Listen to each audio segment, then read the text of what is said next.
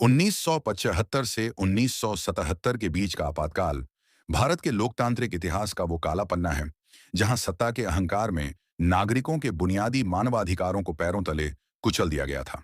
इस पूरी बर्बरता के केंद्र में दो ही नाम थे, तत्कालीन प्रधानमंत्री इंदिरा गांधी और उनके छोटे बेटे संजय गांधी। जनसंख्या नियंत्रण के नाम पर देश की गरीब और लाचार जनता पर जो ढाए गए, उसकी पूरी पटकथा सीधे प्रधानमंत्री आवास से लिखी जा रही थी। इंदिरा गांधी की राजनीतिक ताकत और संजय गांधी की बेलगाम सनक ने मिलकर इस अभियान को एक खूनी त्रासदी में बदल दिया। संजय गांधी का सख्त राज और बेलगाम सनक। संजय गांधी के पास उस समय सरकार में कोई आधिकारिक पद नहीं था, लेकिन वे अपनी मां इंदिरा गांधी के बाद देश के सबसे ताकतवर शख्स बन चुके थे। उन्होंने अपना 5 पॉइंट प्रोग्राम लागू किया, जिसमें नसबंदी सबसे ऊपर थी। संजय गांधी ने जिलाधिकारियों, डीएम्स और मुख्यमंत्रियों को अल्टीमेटम दे रखा था कि तय समय में नसबंदी के नंबर्स पूरे होने चाहिए। मुख्यमंत्री अपनी कुर्सी बचाने के लिए और प्रशासनिक अधिकारी अपनी नौकरी बचाने के लिए जनता पर भेड़ियों की तरह टूट पड़े। संजय गांधी को इस बात से कोई फर्क नहीं पड़ रहा था कि जमीन पर जनता के साथ क्या हो रहा है। उनका एक ही मंत्र था, नतीजे चाहिए, चाहे जैसे भी आए। उनके इसी रुख ने नौकरशाही को बेलगाम और हिंसक बना दिया। इंदिरा गांधी की मौन सहमति और तानाशाही, यह सोचना बिल्कुल गलत होगा कि इंदिरा गांधी को इस क्रूरता की खबर नहीं थी। सब कुछ उनकी नाक के नीचे और उनकी पूरी सहमति से हो रहा था।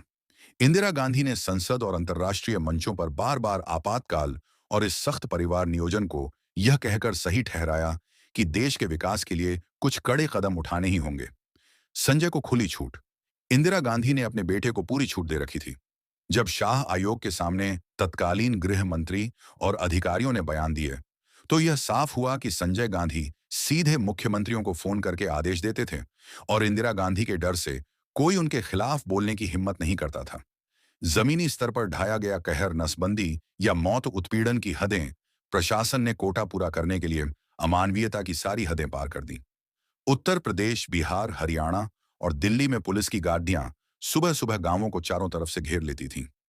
खेतों में काम कर रहे किसानों, दिहाड़ी मजदूरों और रिक्शे वालों को जानवरों की तरह ट्रकों में ठूंस कर कैंपों में ले जाया जाता था। अविवाहित लड़कियों, स्कूल जाने वाले बच्चों और मरणासन्न बुजुर्गों तक को टेबल पर लिटाकर जबरन चीरे लगा दिए गए। कई मामलों में तो एक ही व्यक्ति की दो दो बार नसबंदी कर दी गई ताकि फाइलों में संख्या बढ़ाई जा सके। बूचड़खानों जैसे नसबंदी कैंप संजय गांधी के दबाव में डॉक्टर और कंपाउंडर चौबीसों घंटे बिना सोए काम कर रहे थे। नसबंदी कैंप किसी अस्पताल जैसे नहीं, बल्कि बूचड़खाने जैसे नजर आते थे। एक ही जंग लगी सुई और चाकू से सैकड़ों लोगों के ऑपरेशन किए जा रहे थे। एनेस्थीसिया, बेहोशी या सूनी की दवा के बिना लोग दर्द से चीखते रहते थे और उनके ऑपरेशन कर दिए जाते थे।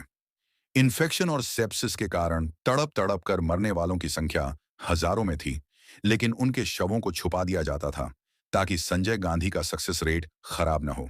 तुर्कमान गेट और मुजफ्फरनगर का खूनी तांडव, जब जनता के सब्र का बांध टूटा तो इंदिरा संजय की जोड़ी ने गोलियों से जवाब दिया। दिल्ली का तुर्कमान गेट, अप्रैल 1976। संजय गांधी के आदेश पर पुरानी दिल्ली के इस इलाके में गरीबों की झुग्गियों पर बुलडोजर चलाए जा रहे थे और उन्हें जबरन नसबंदी कैंपों में भेजा जा रहा था।